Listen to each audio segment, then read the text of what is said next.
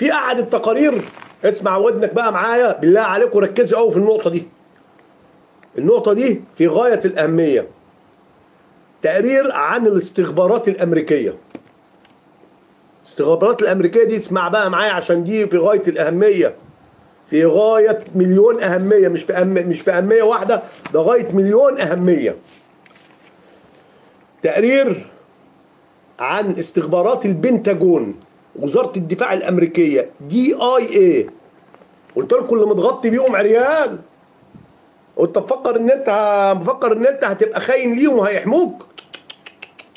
هيقول لك انا بعاملك علنا وما تخافش، زي ما بيعملوا كده دلوقتي. ولازم يفضحك. عارف بيفضحك ليه؟ هقول لك بيفضحك ليه؟ عايز بقى قول لي انت يا عم الحاج اللي قاعد بتتفرج، قول انت يا استاذنا. الاستاذ المحترم اللي سامعني يقول لي ليه بيفضح ليه؟ بيفضحك عشان يكتر كره شعبك ليك وكره الناس ليك، عشان يقول لك انا اللي بحميك، عشان وقت ما يقرف منك ويقول لك هزقهم عليك، هرفع الحمايه بتاعتي عنك، هخليهم يموتوك. لازم يفضحك عشان يذلك اكتر ويدوس على رقبتك اكتر. اللهم امتنا احرار، اللهم اجعل موتتنا وطنيين احرار يا رب، ونورث اولادنا الحريه والكرامه، اللهم امين. يتلق بيعمل ايه بقى؟ فبيفضحوا. تعال بص هنا التقرير، اسمعوا بقى التقرير عن مين؟ عن الخاين السيسي، حبايبكم بقى اللي بيطلعوا بيتكلموا عليه. بصوا قالوا ايه عليه بقى التقرير ده. قال لك السيسي ليس رئيسا ولم يأتي لحكم مصر، بل ينقل المال والاقتصاد لدولة عبرية تنشأ في مصر. كيف تمكنت بص ماشي استخبارات تقرير، هذا تقرير عن استخبارات البنتاجون، DIA والموساد الإسرائيلي، الاثنين مع بعض اهو، من تجنيد الضابط ذو الاسم المسجل بالسجلات العسكرية المصرية محمد خليل السيسي. السيسي اسمه في السجلات العسكرية المصرية محمد خليل السيسي. اسمعوا يا جماعة وركزوا، انا هقرا وبعدين نشرح، ايه رأيكم؟ عشان ما نعطلش الدنيا. احنا هنقرا وبعدين نشرح عشان مش كل شوية نقف ونضيع الدنيا. نقول من تاني. تمكنت استخبارات البنتاجون DIA والموساد الإسرائيلي من تجنيد الضابط ذو الاسم المسجل بالسجلات العسكرية المصرية، مسجل في السجلات العسكرية المصرية محمد خليل السيسي، وذو الاسم الحركي في الأمن الحربي والمخابرات الحربية عبد الفتاح خليل السيسي. وليس فقط تجنيده، بل والإشراف على ترقيته والوصول به ببرامج التدريب المكثفة إلى عميل محترف للقيام بأهم أعمال التجسس والإشراف الكامل على تخريب مصر ونقل ثرواتها بدون حرب. اسمع الكلام اللي كنت بقوله، اللهم لك الحمد، كل ده كنت بقوله. عايزين يخشوا لكم، مفيش حرب، هيخشوا كله ميت خلاص، جبان مرضان تعبان، مفيش، بدون حرب اهو. الكلام اللي كنت بقوله اكمل اسف وبعدين نبقى ايه ان شاء الله نبقى نشرح. بأهم أعمال والإشراف الكامل على تخريب مصر ونقل ثرواتها بدون حرب إلى الكيان العبري الذي يتم بناءه وإنشاؤه في مصر. كيان بيتم وإنشاؤه في مصر. بيشوف بيعملوا إيه مدة طويلة، على المدى الطويل منذ عام 1948 وحتى الآن. وأوشك المشروع على الانتهاء بعد الإجهاز على ثروة مصر المالية من الذهب والمعادن والثروة البشرية والثروة الصناعية والزراعية، والتفريط بمياه نهر النيل وقناة السويس وربع الأراضي، وبيع الأراضي المصرية، وبيع الأراضي المصرية التي تقع في حزام أراضي شرق النيل، وتفكيك حزام شرق النيل، وتفكيك العقد الاجتماعي بين المصريين، وتغريب الإسلام، خلى الإسلام غريب وهو اللي بقى، ونشر الله على كل اللي كنت بقوله. أنا نفسي تدعوا لي والله. والله ما عايز كل، انا الكلام ده شفته احترمت نفسي، لان كل الرؤيه اللي انا قلتها جايه في التقرير. كل اللي انا قلته والله جاي في التقرير اهي. وتفكيك العقد الاجتماعي بين المصريين وتغريب الإسلام ونشر الموبقات في بر مصر، وتبقى القليل اليسير. بقول لك بقى نهاية التقرير، قال لك تبقى القليل اليسير من المشروع والذي يتمثل في إنشاء إيه بقى النهاية؟ إنشاء صراع مسلح لتقسيم مصر، وتسعى الجبهة المسؤولة على تنفيذ ذلك الآن في خطوات مدربين عليها، أو في خطوات ممنهجة. الكلمة مش واضحة قدامي. في إنشاء صراع مسلح لتقسيم مصر. السؤال هنا إيه الخطوة بقى اللي فاضلة؟ ها؟ في صراع مسلح لازم يكون جوه مصر، تفتتها والخلاص، ما هو كده. بس بعد ما لسه هيشد تاني، يسيبك تعمل ايه بقى؟ يا بص بقى، هو هيموتك الاول من الجوع ومن الفقر ومن المرض، وباع لك كل حاجه، مالكش حاجه عندهم. وهيجوا لك ياخدوها بالسلاح، انت مش هتقدر تعمل حاجه، انت لا هيبقى عندك السلاح ومش قادر تقف اساسا، هو بيموتك. وكل اللي موجودين دول دلوقتي مع الخونه دول هيقفوا ضدك. قال لا، مش احنا قلنا الكلام ده قبل كده؟ ما تفوقوا. هتقول لي الداخليه البلطجيه دول ما طول عمرهم خونه، كانوا بيسلموا المصريين للانجليز، برضه هو مش فارق معاهم مين. هتقول لي بتوع اللي قاعدين في النواب ولا وزراء كلهم خونه، بتوع الحزب الوطني اللي جسمهم نبت من حرام، اقسم بالله، ويبيعوك ويبيعوا اهلك، اذا كان بيبيعوا نفسهم وبيبيعوا شرفهم، مش هيبيعوكوا انتوا؟ هيبقوا معاهم خدامينهم دول ايه، ياكلوا على قفاهم واعمل يالا حاضر، العصايه بتاعتهم. كل الحزب الوطني المهيمن والمتمركز في ارض مصر، وكل اعضاء اللي هم بتوع الداخليه اللي قاعدين بيحموهم، اللي هم البلطجيه، اللي هم ايه زيهم زي بعضهم، دول حمايه لدول، وكلهم خونه وبايعين وبيحموا الخاين الكبير. اهو التقارير يا خونه طالع من البنتاجون DIA، قالوا عليه خاين. خليكم بقى يا جيش مصر الوطني، انا اخاطبك، مستني ايه؟ خاين هو علنا. وكمان ايه اللي قالوه كله حصل. هثبت لك تاني، انت عايز اكتر من التقرير؟ هثبت لك تاني. تمام؟ بقول لك هنا في انشاء صراع، الحاجه اللي بقى هنا بقول لك ايه؟ وتبقى القليل اليسير من المشروع والذي يتمثل في انشاء صراع مسلح لتقسيم مصر. السؤال هنا، خليكم بقى معايا يا جماعه كده عشان بالله عليكم، عشان انا يعني لما تسمع الكلام ده انت تقول ان احنا اكبر شعب ترباس على تاريخ الشعوب في الدنيا. ما هم بيرد لك بقى، ما هو خاين. اللي هو انت دلوقتي، هو انت لما زرعت لهم رأفت الهجان هم ناسينها؟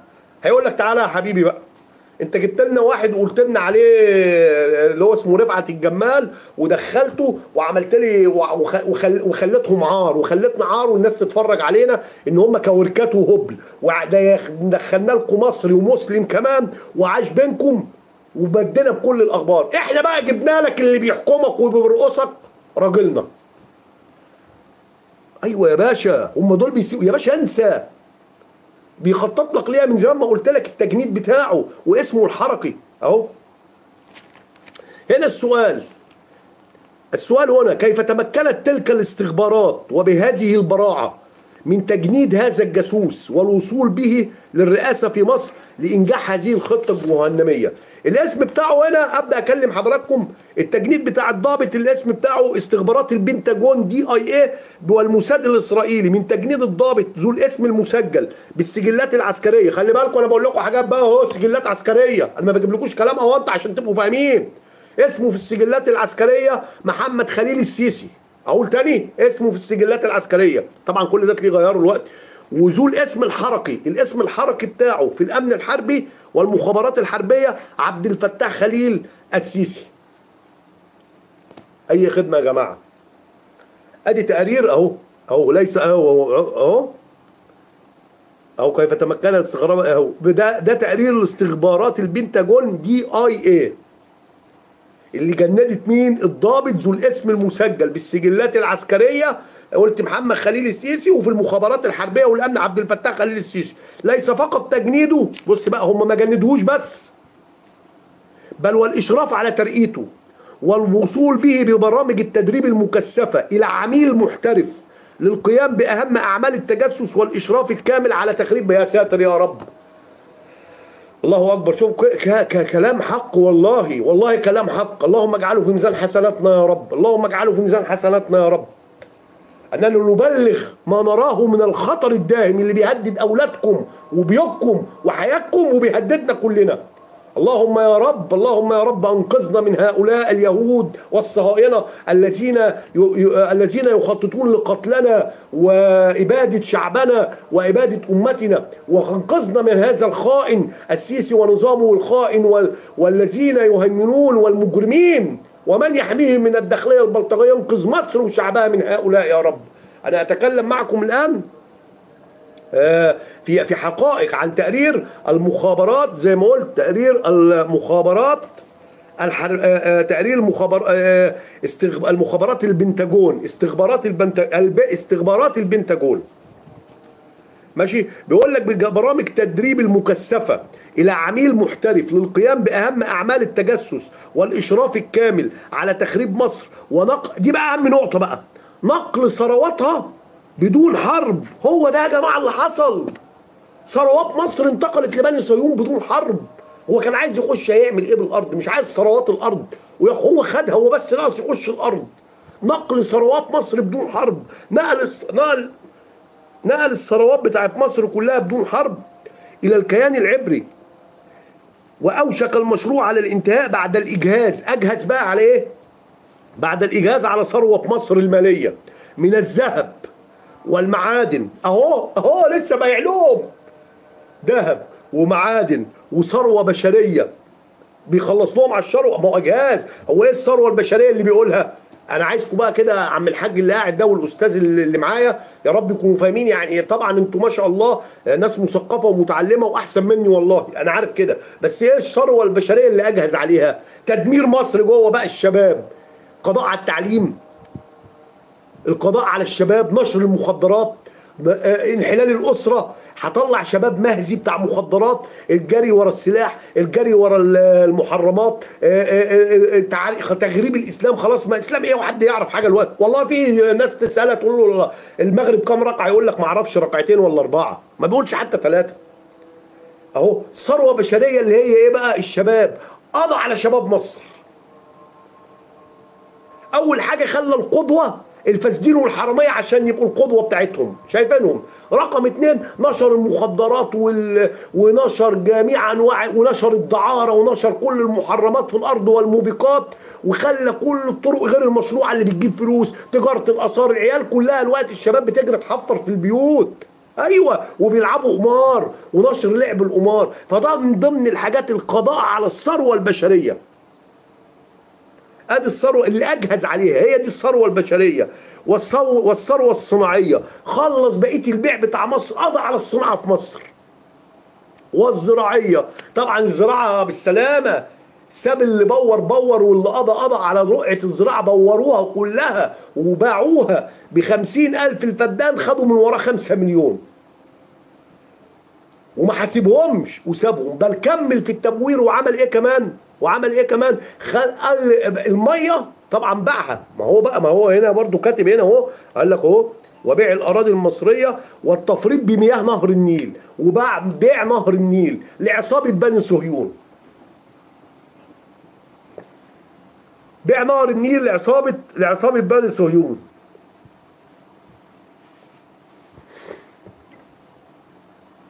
كل ده لا مؤاخذه يا جماعه، كل دون مناديل لا مؤاخذه، كل دون عملوا اللي هو التقرير اللي جابه، والتقرير اللي قاله، اللي هو عمله، واللي انتوا شايفينه على مرأى ومسمع، يعني شايفينه وسامعينه. اهو تقرير جاي، زي ارجع تاني اقول، من استخبارات البنتاجون الDIA. يبقى هنا قضى على ايه؟ يبقى القضاء على ايه؟ بص بقى، اللي هو تخريب مصر، يسعى في تخريب مصر بعد الإجازة، واوشك المشروع على الانتهاء بعد الاجازه على ثروه مصر الماليه من الذهب والمعادن والثروه البشريه. كل ده انا قلت لكم عليه، والثروه الصناعيه والزراعيه والتفريط بمياه نهر النيل. طبعا باعوا، وكل اللي ورا الكلام ده مين؟ بني صهيون. عن طريق مين؟ ابن زايد، اللي هو الدوبلير، اللي هو الواجهه اللي بينفذ كل البيع والشراء ايه بتاعهم، واللي بيدفع الدولارات ليهم. ادي يا جماعه التقرير الذي اثبت به ان هذا السيسي الخائن وانه عميل اسرائيلي صهيوني من الدرجه الاولى الممتازه، وكل ما فعله في مصر من تدميرها وتدمير ثروتها البشريه شبابها، وتدمير صناعتها وتدمير زراعتها وتدمير كل مكتسبات الشعب المصري في الذهب وفي الغاز وفي الميه وفي كل املاك الشعب المصري وممتلكاته في بلده، كلها دمرها وباعها لبني صهيون. خلي بالكم على مرأى ومسمع منكم، كلكم سامعين وكلكم شايفين الكلام ده. انا ما بقولش حاجه جديده والله، مش جايب عنه حاجه جديده، يعني هو التقرير هو بيردد اللي اتقال، بس للاسف صم بكم عمي. خلاص صم بكم عمي، مفيش الجبن السيد.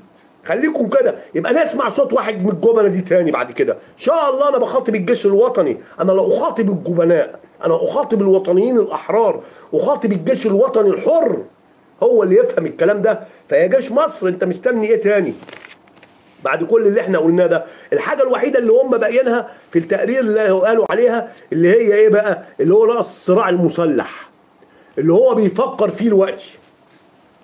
لسه بقى اهو تاكيدا بقى، طبعا الصراع المسلح ده لا قدر الله ان شاء الله مش هيحصل، دي مش هيقدروا عليها، لان الحمد لله الشعب المصري ايا كانت طبيعته دلوقتي، وايا كان ما ينتابه من فئه كبيره منه من الجبن من الخوف بس عمر الشعب المصري ما الا لا قدر الله لا قدر الله ان تكون فتنه كبيره، فتنه شيطانيه، واللهم لا تكتبها على مصر ولا على شعب مصر يا رب باذن الله. لان الشعب المصري هو يعتبر فصيل واحد سني، كلنا راجل واحد. وقت الجد مش هنعمل كده ان شاء الله، ولكن قد يكون مفيش حاجه كبيره على الشياطين دول. النفخ في النار، نفخ الشياطين ونفخ الخونة في النار قد يكون أشد وطأة ودراسة وضراوة، أشد وطأة وضراوة على الشعب المصري، واستغلال، قد يستغلون الجوع والفقر والمرض والهذيان والتأنيس والاستئناس لإشعال فتنة بين طوائف الشعب المصري. ربنا يسترها يا رب. عشان كده أخاطب الجيش المصري أن يتحرك على وجه السرعة لانتشال مصر من براثن هذه العصابة الفاسدة، هذا النظام الخائن ورئيسه الخائن، هذه العصابة المجرمة التي تتربع على عرش مصر. طبعا ان شاء الله ده مش هيحصل ليهم، ولكن احنا عايزين نلحق اللي باقي في مصر يا جيش مصر الوطني، عايزين نلحق اللي موجود في ارضنا، عايزين نلحق الشعب المصري، عايزين نلحق مصرنا، عايزين نلحق اللي راح التقارير. هو هتثبت ايه تاني اكتر ان هو خاين؟ اثبات تاني هتكلم